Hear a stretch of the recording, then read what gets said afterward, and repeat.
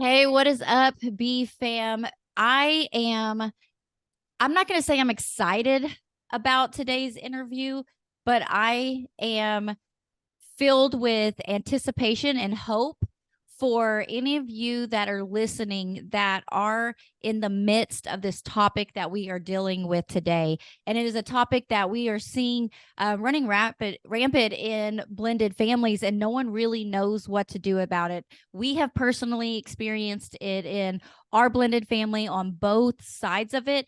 And we have heard from many of you guys that are dealing with this as well. So I have brought on an expert today, special guest, Lisa Goodpaster, and she is going to be talking with us about parental alienation. So if this is something that you are currently going through, stick with us today and be ready to take notes.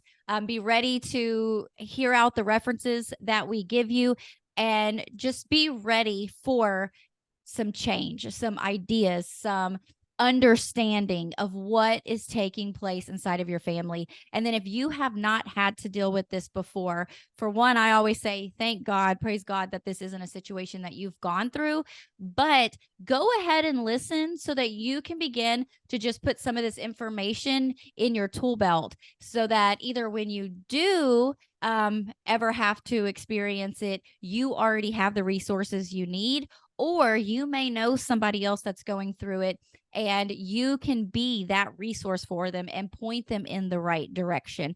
So we're going to dig into parental alienation in just a minute right after this. When we first became a step family, just like you, we didn't quite know what we were getting into.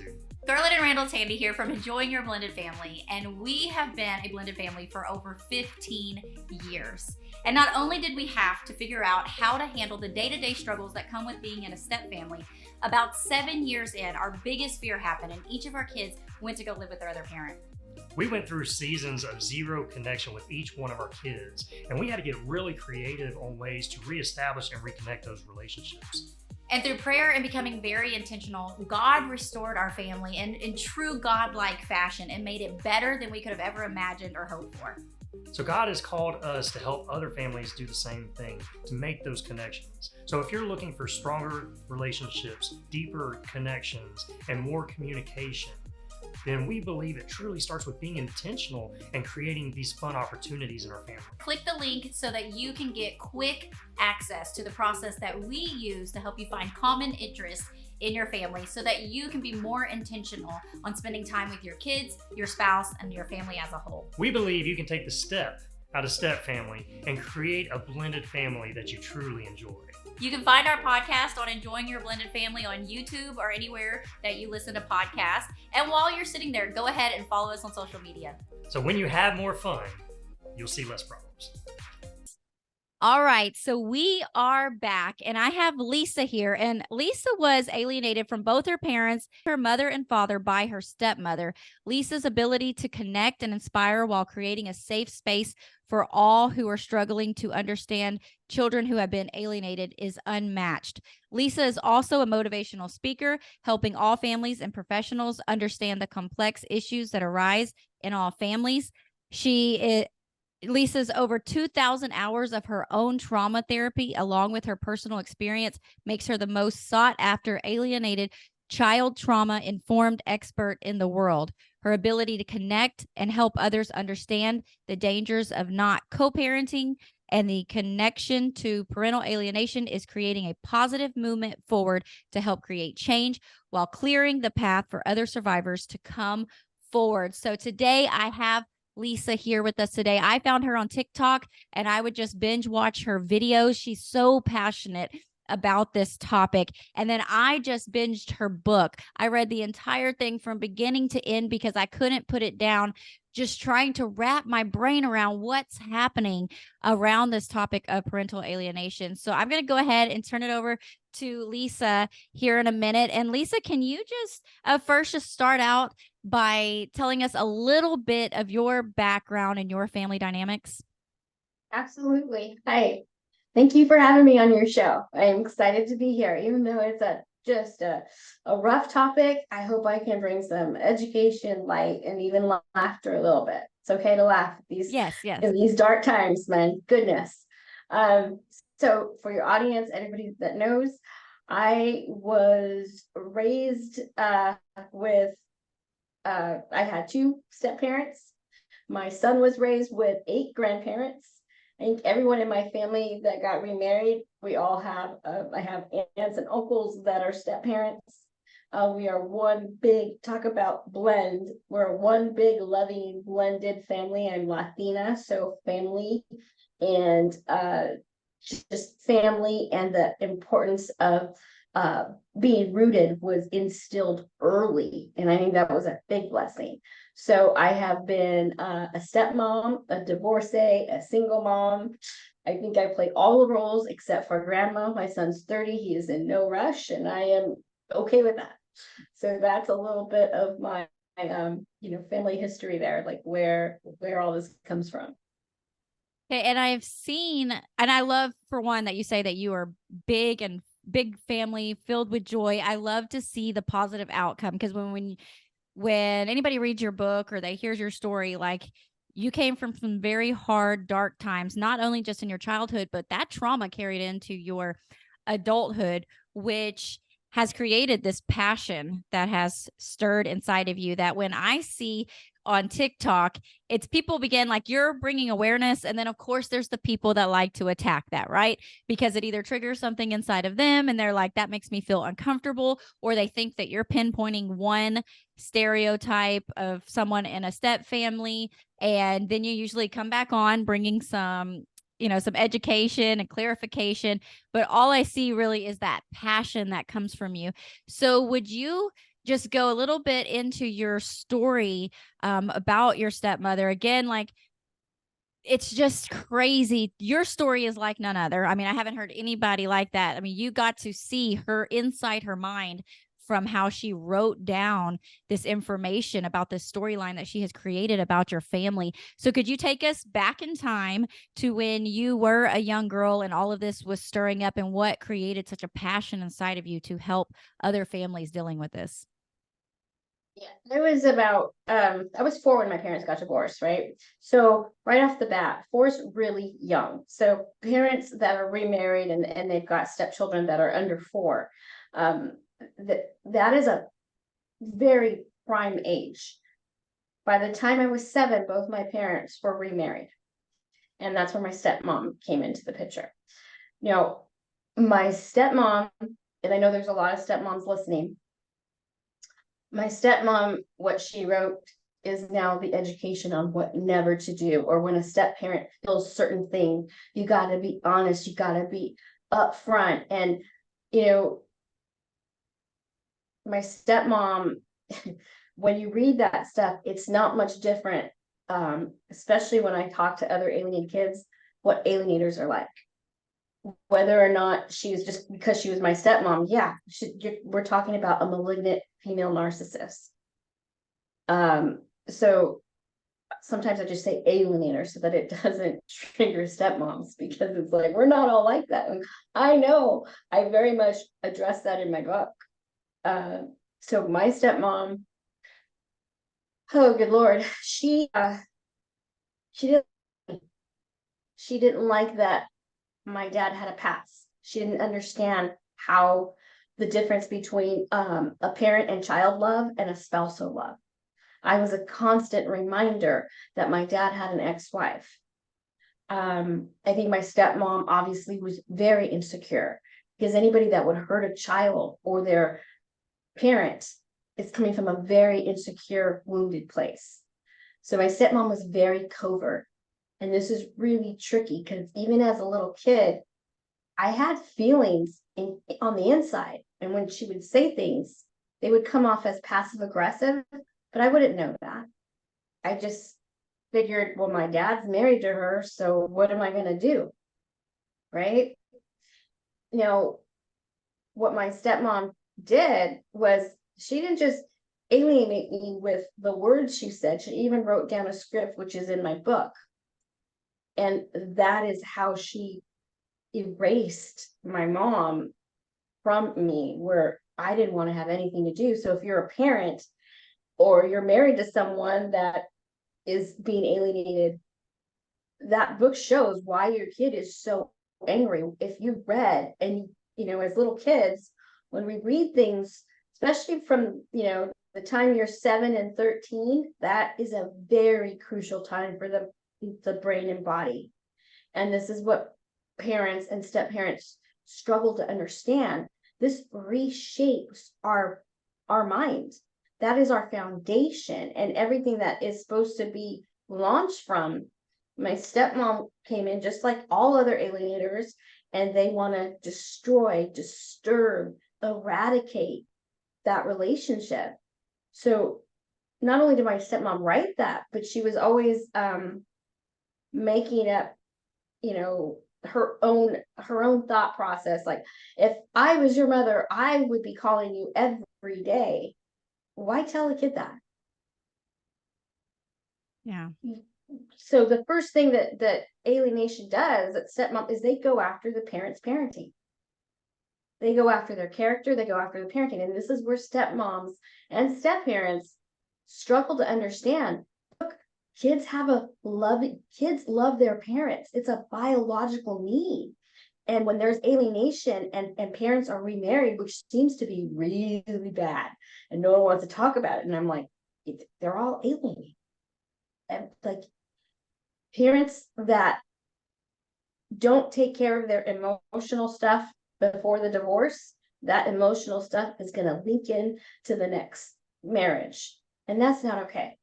It's not okay to do that to your kids. It's criminal. My stepmom should be behind bars. I can say that 1000%.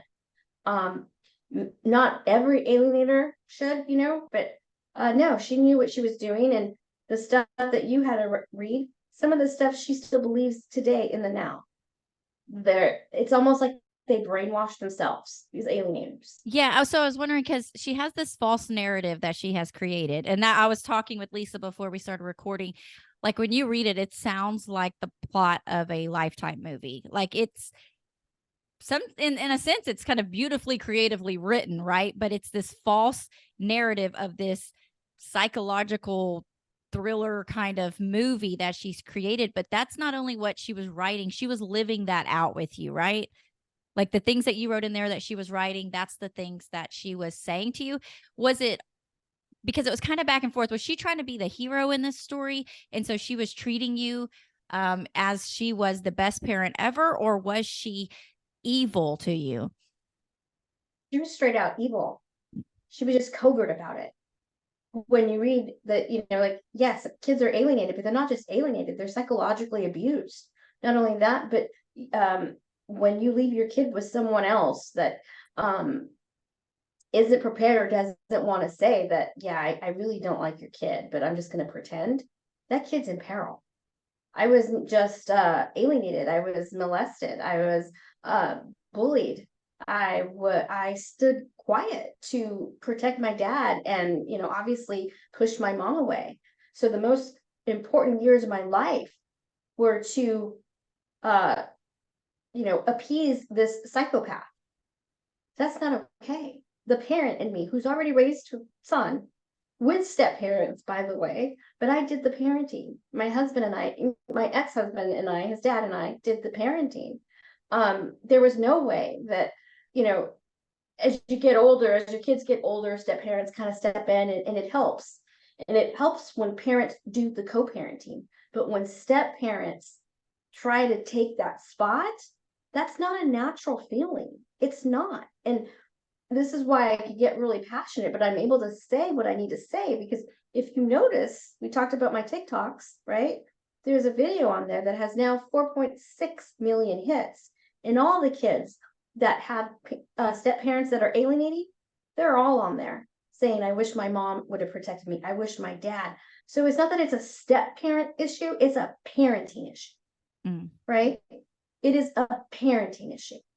And I'll tell you this, there's no way myself nor my son's dad would have tolerated that. That lady, that my stepmom, she would have been buried somewhere where no one would have known. Because you don't do this to kids. Why do you And think your dad just stood by though? Like, was she that manipulative that he didn't see it? And, or my I dad don't, is I just just don't like many understand. men. My dad, got married too quick, wasn't over the divorce, struggled with that. That pissed my stepmom off. She wanted to have kids right away. So then he had two other little kids to take care of him. So boom, you have a scapegoat. But my dad would always say, "That's your mom." Go. My dad was not. Uh, my dad wouldn't have been okay with it had he known the severity. Because you got to remember, I grew up in the '70s, where as a latchkey kid, parents didn't care back then, anyways. So you're talking, different generations. My dad came from that. My dad, I think he thought that all women wanted to be moms. But really, my dad had that pattern of, and I talk about patterns in my book, the ostrich pattern, where they put their head in the sand because it's too uncomfortable for my dad to deal with. And really, I had to grow up and go, oh, no, I am not going to raise my son around this psycho. It took so long that it became normal. And then you look around in the world and you're like, oh, you have a bad stepmonster too. Yeah, I do too. And that's how I deal with it. We just, like, you survive, you endure it. But deep down, it was like, something's not right. And I don't know if it's because this was my stepmom and not a biological parent doing it. Because if it was a biological parent, oh, Jesus Christ. That's bad. Well, That's and really sad. yeah, we have experienced that. Like I said, there's several people that have come into our community and they're experiencing that not from the step parent, but from the biological parent. And that is what's hard. And even grandparents, as Yeah. far as coming in and inserting themselves and, you know, pushing their place as a parent instead of the grandparent and pushing out the parent and breaking off relation. And so how do you know when it's like the kid just doesn't want to have anything to do with the other parent, maybe because the other parent has made choices in their life versus they're being alienated on purpose? Well, that's interesting because a lot of times it's both. You can still not like your parents' choices or like who they married or just, because it depends on the age too. Because if you're 13, you're kind of like you're seeing the world differently, right? You're watching video games, you're listening to music.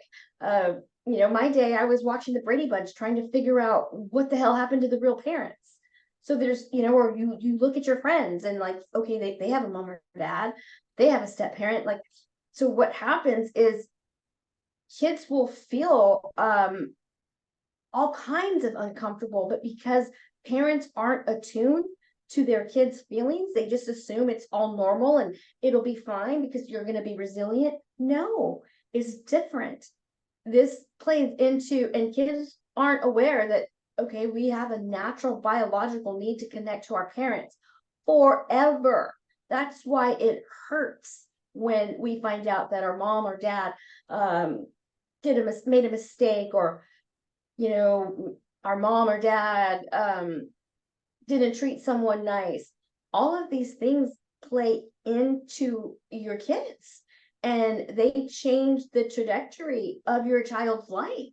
So whoever you get married to, wherever you're at, the most important job that parent has is to protect their biological child. It doesn't mean that they can't make space for that, but this is a natural, normal thing. And step parents get really angry, and it's like, hey, don't get angry. This is nature. It's okay for your spouse to love their child. One of the things my stepmom had a hard time with is not allowing my relationship with my dad. She was so jealous of it.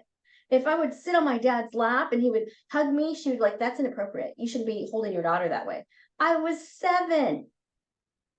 So for my dad to like, at that point, the parent in me would have been like, get out.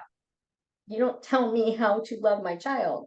If you don't have respect for yourself as a parent and for your child walking into a relationship, somebody is going to tear you down and your child. And that's exactly what happened to me. My dad lacked the respect and the awareness. He tried, but this is a probably like every, stepmom that's being alienated from, the dad, because the dad got remarried, however you want to say it.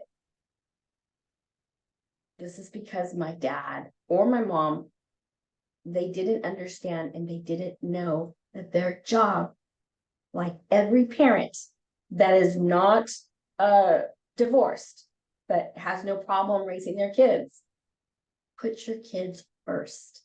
And they make the mistake by putting the marriage first.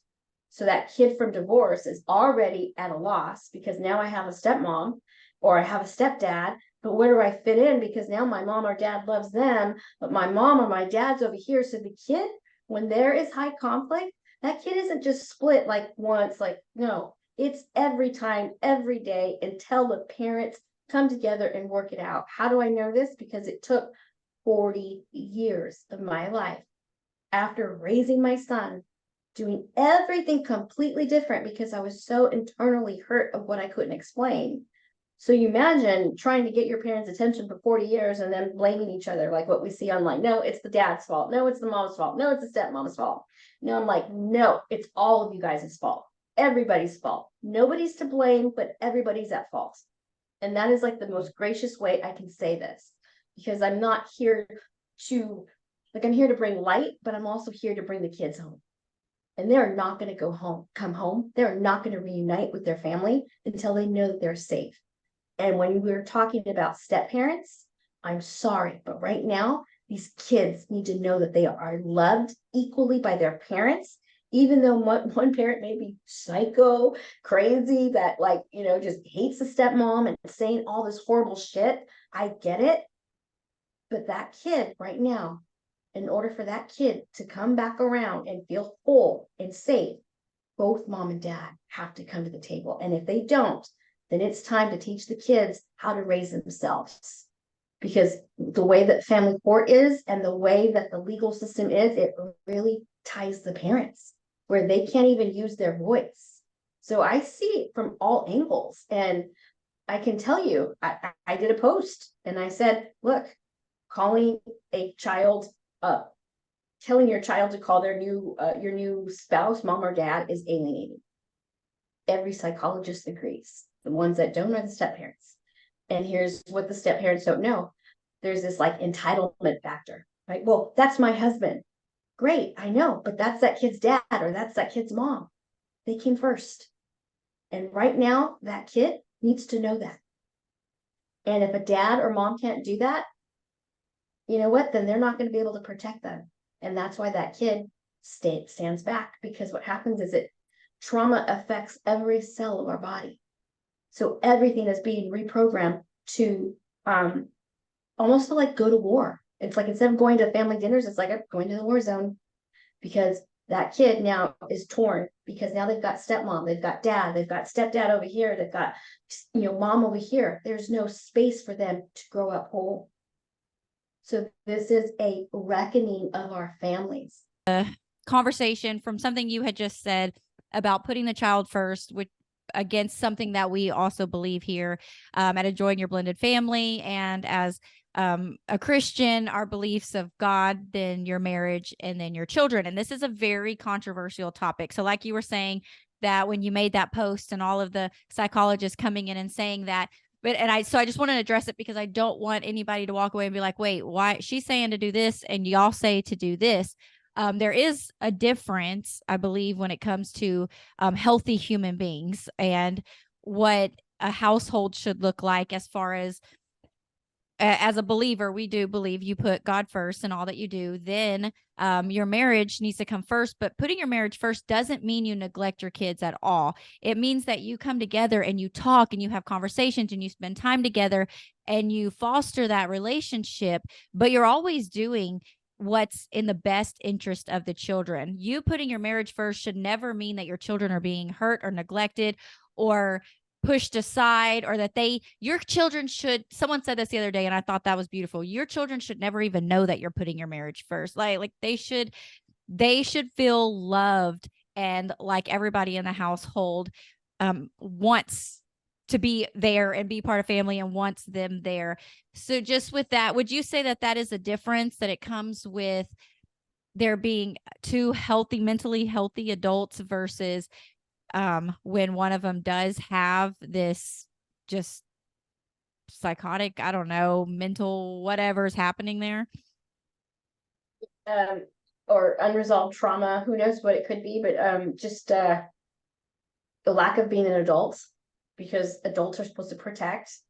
And I like, yeah, you sometimes what I, with my son, I just told my, well, he's my ex-husband now, but we're married for 20 years. Give me 10 years because he's going to come first. So we never fought in front of, my son. We put him first. So good thing is that, I don't think I would have been able to really raise my son without his support. I mean, it was a good marriage for a long time, and then it just, I think I share it in my book. I share kind of like the details of what transpired. But at the end of the day, I had lunch with my son the other day, and he's amazing, but you could tell he's very confident in who he is, but that's because he has a solid, strong foundation to both his parents. Both, I never alienated him from my mom, even as mad as I was at my mom, because I believed my stepmom and I was a typical alienated teenager and kid. And because this wasn't just as a child, this was my whole life.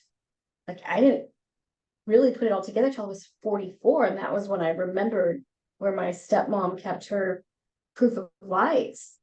And so going back to your original thing is, yeah, of course you want a strong couple up here, but when there's kids, when you're bringing kids into the marriage, those kids, they had a mom and dad before. So a lot of times kids don't even get to grieve their parents' divorce, or parents think, oh, they were so young, they don't remember. Are you kidding? No, the science will back that up 100%. That's why Dr. William Burnett out of Annabelle wrote the foreword for my book and validated how sick and twisted my stepmom is.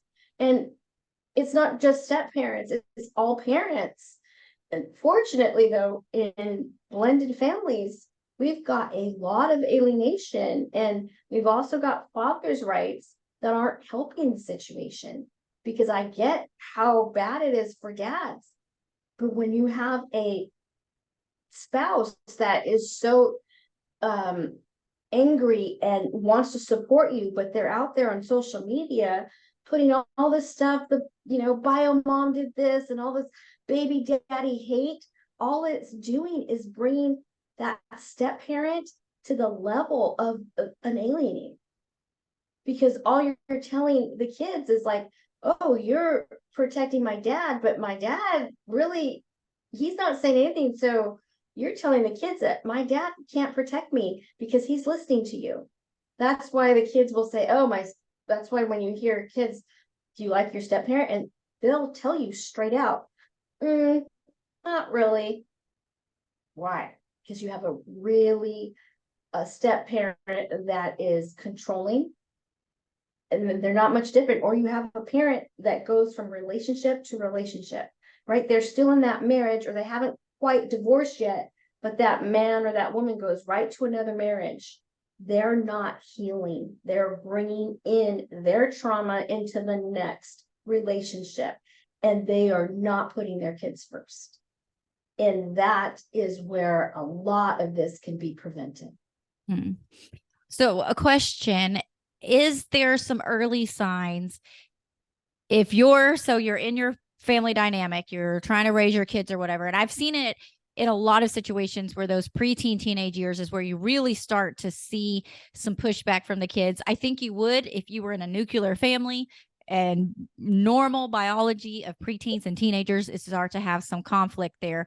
But in a blended family, it seems like somebody gets pushed out, or somebody becomes the favorite or whatever. But are there some like early warning signs that a parent, step parent, biological, the dad, mom, whomever, can be on alert for before it gets to that point where they're completely being pushed out? And what can they do about it? Yeah. So especially for teenagers, right? They don't want to be a part of the family. They don't want to be, or they're putting up a fight. They want to be in the room. They don't want to be home. Or they'll say, I don't, they may not feel good on the inside. They may have, like I had anxiety. I didn't even know it was anxiety. I thought it was normal. They will, they will get mouthy. They will fight back, but they're angry and they can't tell you why.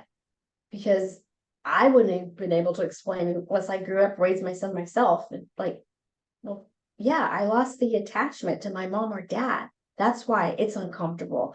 There's a new person there. I think she's great. I think he's great, but they can't replace my mom or dad. And when we know this, like my son's stepdad, right? My ex-husband, he got along with my ex-husband. There's no way I would have tolerated from either of them. And we were two kids from divorce that knew not to do this to our kids. We knew that we had to be present parents, taking the lead, and the new wife or the new spouse, yeah, we got you too, and my son's going to respect you. But if that is not set, you're gonna have all kinds of issues. So a lot of it is like, well, how do you parent? Like, what do you make time with your kid alone, and when you try to push everyone, okay, now it's family dinner time, and that kid is just got done seeing their mom or their dad, and it's like, okay, I kind of miss my mom and my dad. I had to say goodbye to them, because we don't talk about it enough, but it's true. You do miss your parents, or you miss the one, if you have a bad parent, you miss the parent that you wish you would have had. So the signs are always there. It's in the behaviors, and the behaviors are allowed because we have a biological need to survive. So of course they're going to be loud. And then you've got parents and psychologists telling kids, okay, well, that's the brainwashing. It's not always all the brainwashing. It's the other parents' reactions to the brainwashing. So it's a lot of education on what's the best thing to do as a step parent. Look, Lisa, I know you miss your mom and your dad right now, and they love you so much, but you're safe with me here. I promise. I got you. It just takes those moments of, okay, you're nervous, you got anxiety going on for whatever it is, but I love you and I love your dad. I would have loved to see my stepmom talk to me like that. I would have loved my stepmom to say, oh, look at you. You got your dad and mom's feet. Step parents don't want that. Like, she didn't even want pictures of me in the house.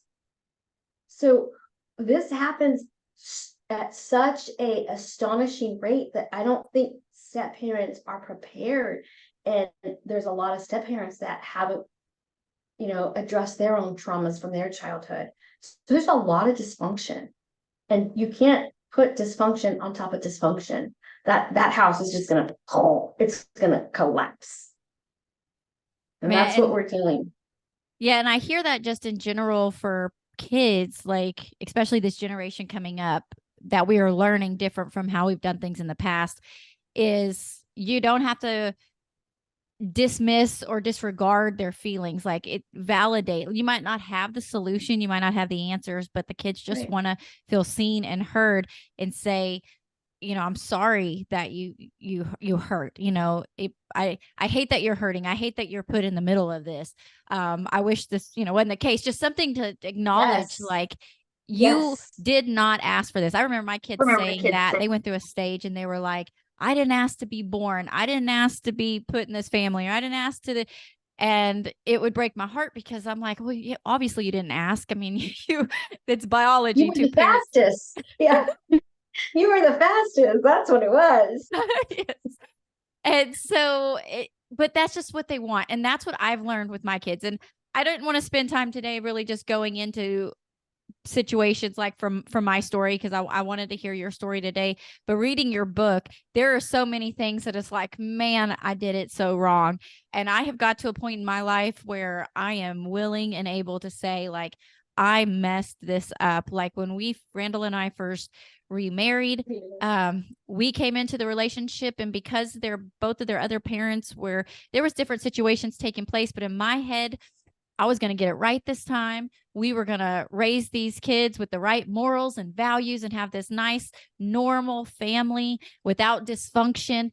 And you can't pretend that the other parents don't exist. You can't. I mean, in my head, I just wanted to pretend they didn't exist in our home, right? I knew they existed, but in our home, it was just us and this nice nuclear family. And it was a really unrealistic, unhealthy expectation for me to put on myself, to put on my spouse, to put on my children, and for their biological parents as well. And it took the season of being alienated ourselves. So it was kind of like what I dished in a sense. And that's where I get really kind of crazy. Like, I don't really know what the right thing, because there was unhealthy things happening on the other side. And so I justified what I was doing. But then I also had to be on the receiving end of that. And then our kids being alienated from us. And so I wanted to go a little bit into that next. Once you're in like full blown, your kids have cut you off. You are no longer in their lives. And you don't really know what to do next. I know what we did, and we had to be very intentional in trying to reestablish relationship with them. But it took 2 to 3 years for each of the kids for that to happen. So for the parent that is on the outside that has zero relationship or connection with their kids right now, what can they do during this waiting time? They really need to hear their kids, even though it may sound like, well, it's all brainwashing. They got to let go of all the things that they're reading and seeing online, because all that does is that kind of already like, oh God, I'm going to see my alienated kid and they're going to go all alienated on me. And that just creates fear. And sometimes to the point where the parents are literally fearful to see their alienated kid. And that's the opposite of how you should feel as a parent. So you want to make sure that you are in a healthy space where when you do see your kids, that you are there, you are listening, even out, they need to know that you can handle that, because it's almost like in order to get to their heart, you have to be willing to listen to all the stuff that happened. And it's hard for parents because you're actually having to hear, even for mom, it was brutal, the guilt she felt, because there were so many times where she could have easily turned it around faster, but because she was listening to all of the negative stuff that is said about children that are alienated, and I'm sorry, but it's bullshit. Those are patterns, and you can break any pattern once you're aware of it. So there's so much things that therapists and family court have gotten wrong, and it's not helping families, it's dividing them more. So my best advice is, mom or dad, when you are thinking about your kids, don't say the words brainwashing. Brainwashing is gonna keep them away.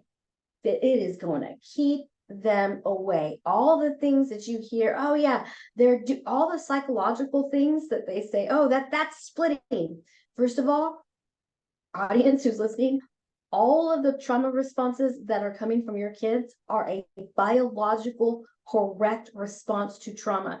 Do not shame them for being human. And that's what we're getting wrong as parents, is that we're walking around thinking, oh, my kid's going to be screwed up. Well, if you keep thinking that, they're going to do that.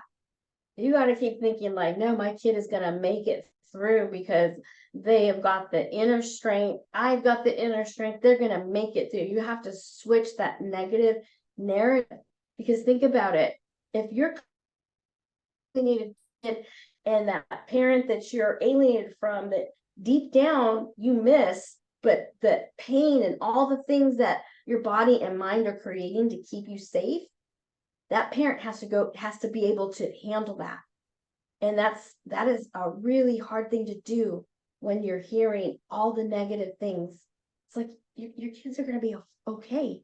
They need to know that you feel that they're going to be okay first. And until that happens, you're not going to break down those walls. You're not. It's going to take a long time, and it's going to create more problems, because the longer you're away from your kids, the longer that alienation takes root.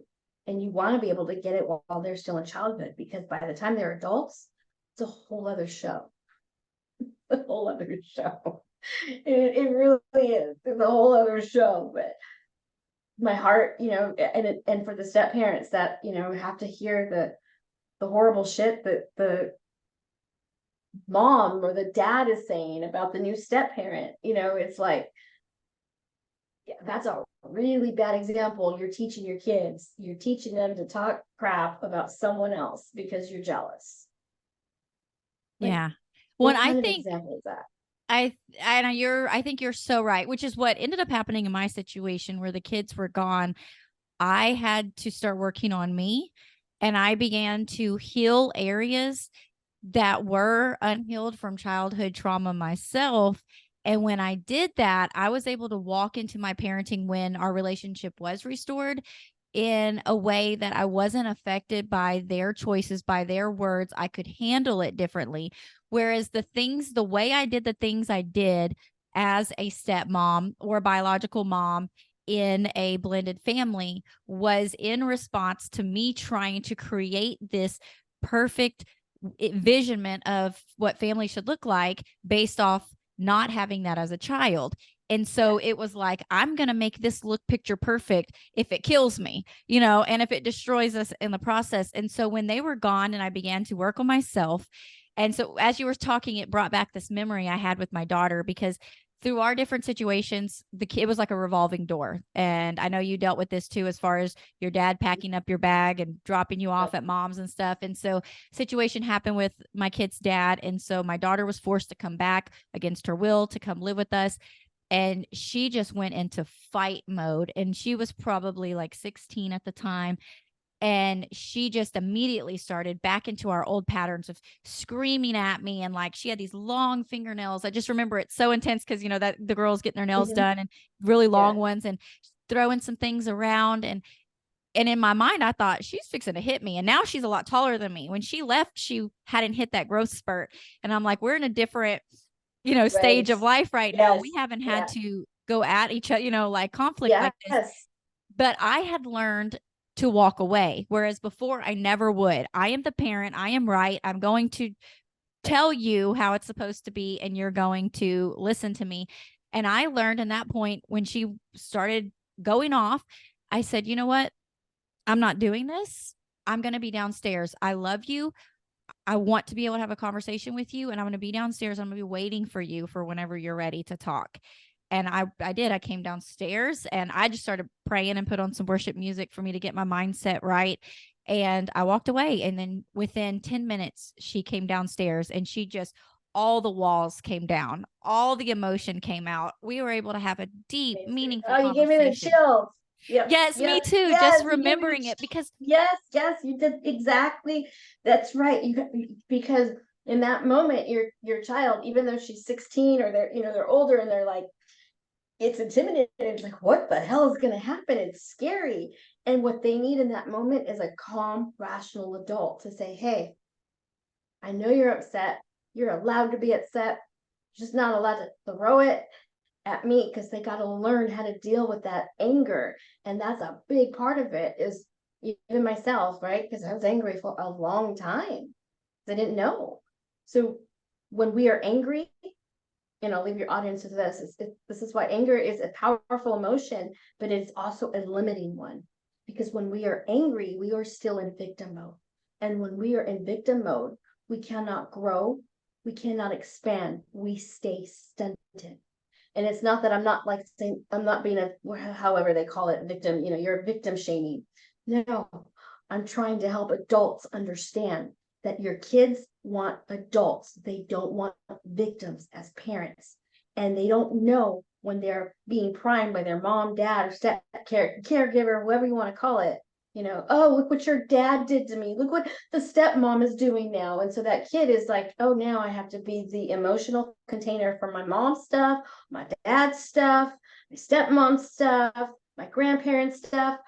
Well, no wonder why that kid is losing their shit as they get older, because their container, because no one has been there the last 16 years to help that child release all those emotions that happen, because this happens in divorce, is kids don't are not allowed to express themselves. And when they are, they're told that they're being wrong for it. And expression is a part of healing. That's why you allowed your daughter to express herself. That broke down her walls. She came in and boom, there goes that mama bear and daughter connection, and you did it. And that's how you switch. It's a good job. Yeah, Like thank that. you. Yeah. I mean, it really is one of those, you can keep going around the same mountain and do things the exact same way you always have. And that's how her and I's relationship. I mean, I loved her with my whole heart. I would always do the most. It felt like I did the most with her. We would have the most fun together. And so it was heartbreaking when that relationship was cut off. But we also fought the most because of the way our personalities meshed. And so for me to learn how to say, I'm not going to keep fighting anymore, I'm just going to be calm, that was huge for me. It was a huge step, and it changed everything, and she was not used to seeing that from me. And so then from then on, there was just a couple of times after that where she would maybe start up the same way, old way we used to do things, and then she would remember, like, okay, yeah, we're not fighting, and our relationship is so much better. It's not perfect, but it's so much better than it used to be. And so I just appreciate you so much bringing all of this wisdom today to our B fam here and all the families that are going through this. And there was a quote in your book, and you mentioned it a little bit. I just wanted to say it. And then I wanted you to just let everybody know where they can find their book and find you on social media. It says, there is a danger when parents don't co-parent. That danger is a crime, and it's parental alienation. And like Lisa said today, this is everybody is at fault. Yes, there might be one crazy in the bunch, and we all know who that crazy in our bunch is. But if you really take a good hard look in the mirror, what I realized is I was the crazy too. And it takes a lot of self-reflection to get to a point to realize you are playing a part in this as well, and to admit that. And that's the part where it's like you're growing when you can finally admit that. So can you let people know where they can get your book and where they can find you on social medias? Absolutely. You can find my book on Amazon called Alienated, When Parents Won't Parent. And I'm on Facebook, Lisa Goodpaster, TikTok, Lisa Goodpaster, and Instagram, Lisa Goodpaster. And yeah, and to all the step parents that follow me, thank you. You're brave. Just so you know, I have more good step parents in my life than I did bad. And it's hard. It's not easy to do, but it's important to. This is just about, like I said, everyone is to blame, but no one is at fault here. We're trying to do better for the next generation of kids and so forth. So you're not alone. Yes, and Lisa is a great just representation that it's never too late. She was still becoming healed from her past and all of this in her 40s. And get her book, because I want you to see that there's even physical issues that come up. And we didn't have time to talk about that today, but her body was physically reacting to the emotional and mental trauma that she was going through. And it took being healed from the emotional and mental stuff to be healed from the physical stuff as well. So get her book and check that out. But no, it's never too late. Even if you are a grown adult now and you are the victim of this from your parents, get some help, figure it out. Like, visit some stuff from your past. And she goes into the book about some different things that they used as well to be able to find that healing. But it's not too late. It's not too late if your kid is 18 years, just because in our mind, our children are our children from birth to 18. It's not too late. Our relationships with our children became the best after they were 18. You're still their parent. You're always their parent. That doesn't come to an end just because they aren't in that parenting stage anymore. So take the time to get healthy now and do the right thing, even if you have done the wrong thing in the past from lack of education. When you know better, you do better. And after hearing this, you know better, so you can do better. Feel free to reach out to Lisa on her social media, or reach out to myself, and I'll connect you with that. And I'd love to have some, just heart to heart, deep conversation with you about it and begin to move in the right direction with you. So thank you, Lisa, again. Yeah. Thank Yes. you for having me. Thank you so much for coming on. And enjoying your blended family wherever you're at right now and you find yourself in this moment. I pray that this message leaves you with hope where you may have felt hopeless with your situation before. And until next time, remember to enjoy your blended family. Bye, guys. Thanks for joining us today. We hope this episode has been a blessing and encouraged your family journey. Make sure you stay connected with us and join our weekly Blended Family newsletter. We send an email out every Friday morning full of support and encouragement. And when you join, we also want to give you a free gift. So go get yours today. The link is in the show notes below. Have an amazing day. Remember to enjoy the journey with your blended family, and we'll see you on the next episode.